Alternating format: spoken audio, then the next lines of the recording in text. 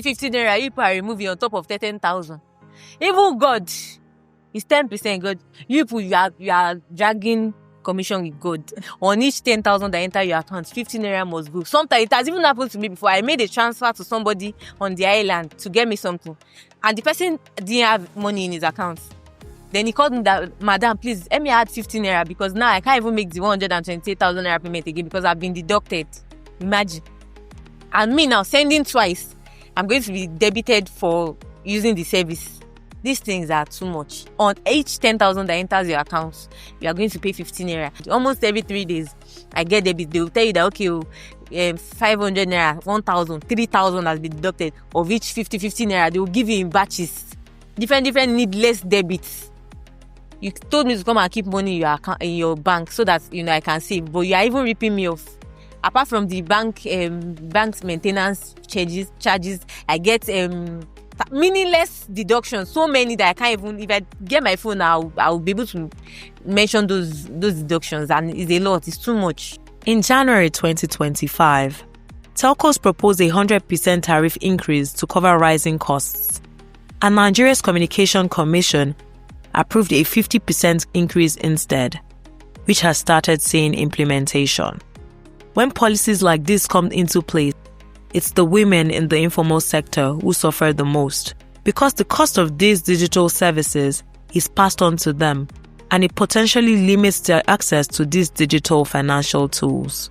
Maybe it's bank or federal government or governments, I don't know. They are deducting money, which is affecting us now. They are deducting money unnecessarily. So at times, tí mo bá ka gbogbo àwọn tí wọ́n bá owó tí wọ́n bá ti já 50 naira tí wọ́n ti ń já from my accounts, only just 1,000 plus for that day. Not only me, gbogbo àwọn tó ń ṣe POS ni okini yẹn affect sí. Ó affect wa gan, kí wọ́n bá wa dá padà sí bá ṣe wà tẹ́lẹ̀tẹ́lẹ̀. Ẹni bá fẹ́ withdraw owó ká withdraw ká by transfer. That is why we are eating. Kò rẹ̀ síṣẹ́ náà. Àwọn most people tí wọ́n bá jáde school, nǹkan tí wọ́n máa ń gbé náà ni tí wọ́n bá ṣe tán. But at the end of the day, kò síṣẹ́ tán fẹ́ ṣe. Eléyìí tí wọ́n tún wá tún ṣe náà.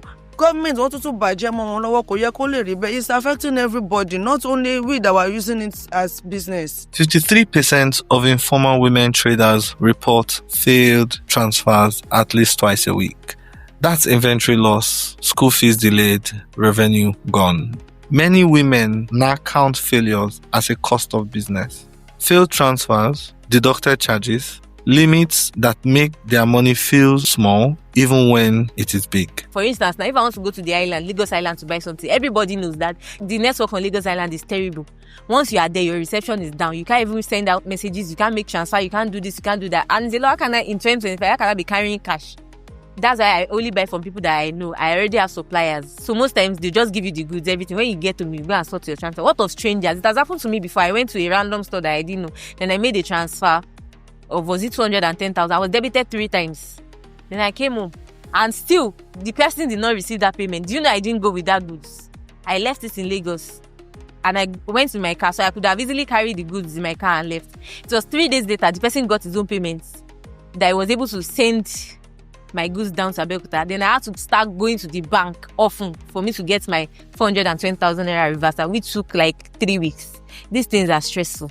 And another one is this. Tell any amount about fair withdraw, we do withdraw it easily. Even if we are withdrawing 1 million, I might withdraw it soon. It's a problem. But it's saying, if you want to withdraw, you cannot withdraw you 100,000 naira loans.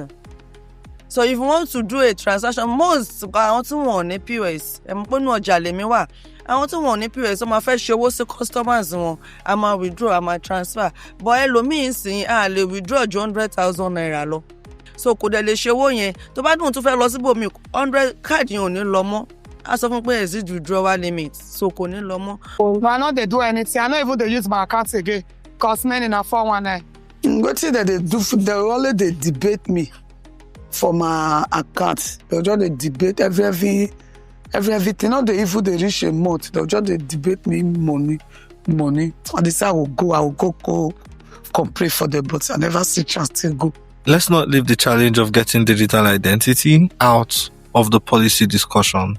According to a 2023 IATA Eye for All report, distance to enrollment centers and transportation costs prevents many rural women from opening bank or mobile money accounts. Some even had to bribe their way to get access to a service as basic as digital identity. Because of crowd of people, I use money trade one. Now just made them say, I know this person because of quick.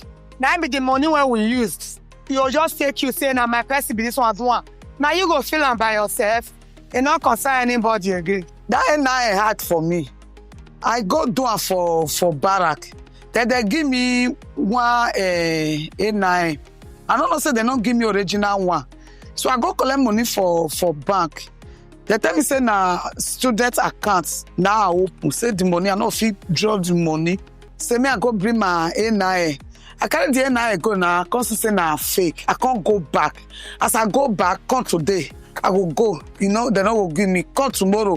I run up and down more than 2 weeks before I fit get the original NIN for barrack. Kò easy rárá láti ṣe NIN nísìn bí mo ṣe máa ń gbọ́ ìgbà tí mi ṣe tọ̀dọ̀ mi I don't have any problem with that but àwọn tí wọ́n lọ ṣe nísìn wọ́n máa ní àwọn ìpèníjà oríṣiríṣi bóyá kọ́ ní wọ́n tètè dá wọn lóhùn ni o àbí kí wọ́n ní orúkọ wọn bẹ́ẹ̀ sin type bí àwọn ṣe mistake orúkọ láti bí àwọn fẹ́ fi UC àwọn kan bẹ́ẹ̀ yẹn wọ́n máa ní problem pẹ̀lú ẹ̀ gan so it's not that so easy. Fún wọn nísìn BVN NIN so wọ́n dẹ̀ máa lọ sí bank wọ́n máa lọ máa bọ̀ ni so the stress is too much. You may think that regulations and policies in Abuja would have nothing to do with these women until you realize that a couple of policies from NIN SIM linkage to cashless policies have all created a shift from a majorly cash informal sector to a rising increase in electronic transactions. More of these women will rather go to a POS than bother walking into a bank. I dey use first bank. For now, not they use again. You go there, you know, see cash. You open money, you want buy market, they'll say no cash. Because of that one, I stop her. I better use POS than I use bank. Despite many challenges with failed transfers, tariffs, hikes, and more, these women have found strength in community support and knowledge sharing.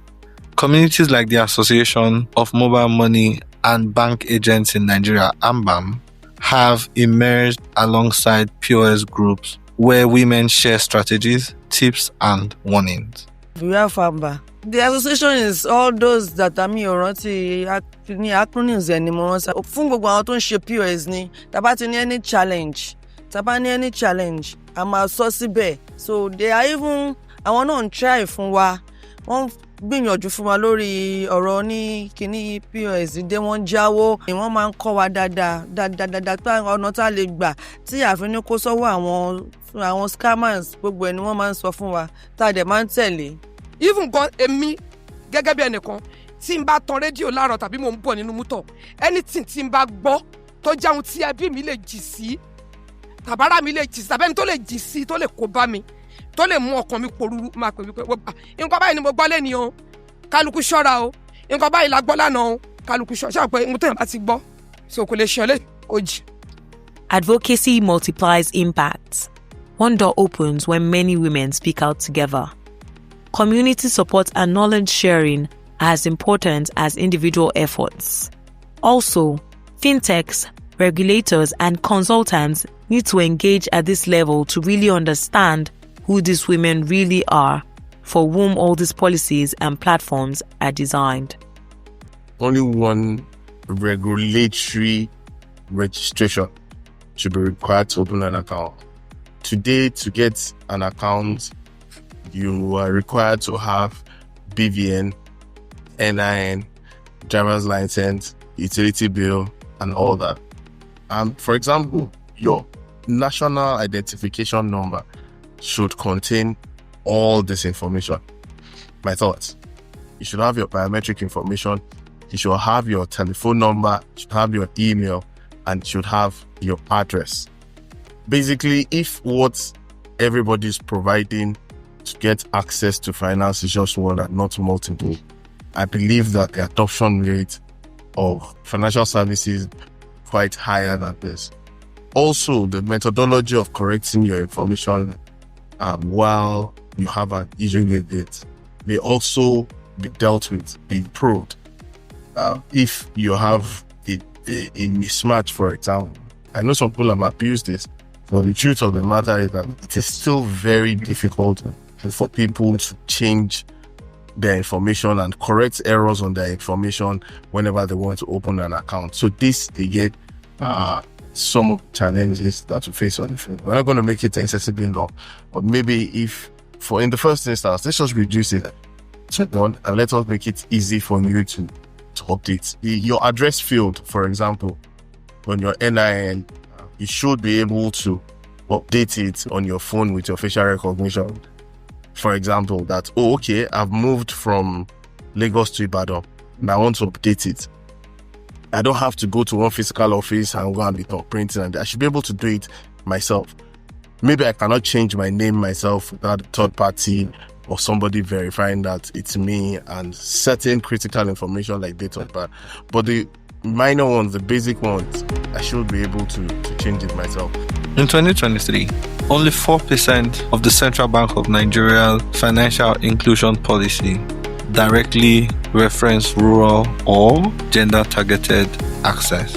No wonder adoption lags. There's so much competition for the same set of people.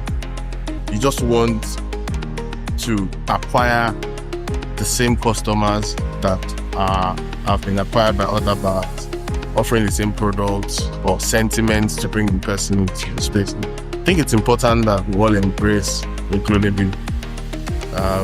60 million or so out of 200 million is still, a far cry from total people that should the bank.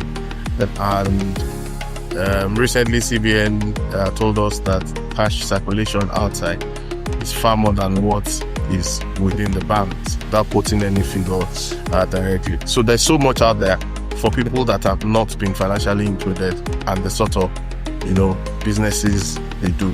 You realize that since the conglomerates and the FMCG started, bringing down the quantity to which they sell their product, they have more sales than when they are selling it in large quantities.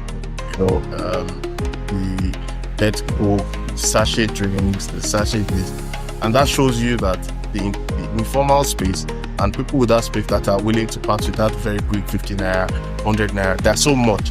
Not the people that want to use a card to authorize 1 million or to authorize 500,000. So there's so many people within the space that we're targeting that still need to be included. And that's the advice that, look, let's continue to go for the unbanked and the banks rather than the existing banks. So now we've heard that there's a case to actually financially include all the excluded. What then would it cost if we decide to financially include the unserved and the underserved? The cost to fully DPI enable a 1,000 person rural town with an ID center, a USSD node, and telco uptime is approximately 25 million naira initial and 5 million annual ops. But rural targeted DPI spent in 2023 was less than 7% of the total rollout budget. You can't build DPI without knowing the price of pepper. Regulation is strategy, but only when it cooks soup. We need telco tax incentive for rural coverage. CBN should co-design DPI onboarding with women cooperative. We must regulate account linking fraud at the grassroots. This story is supported by the Center for Communication and Social Impact. Special thanks to all the women who let us into their business, their systems, and their strength. This is the third story in a 4-part journey.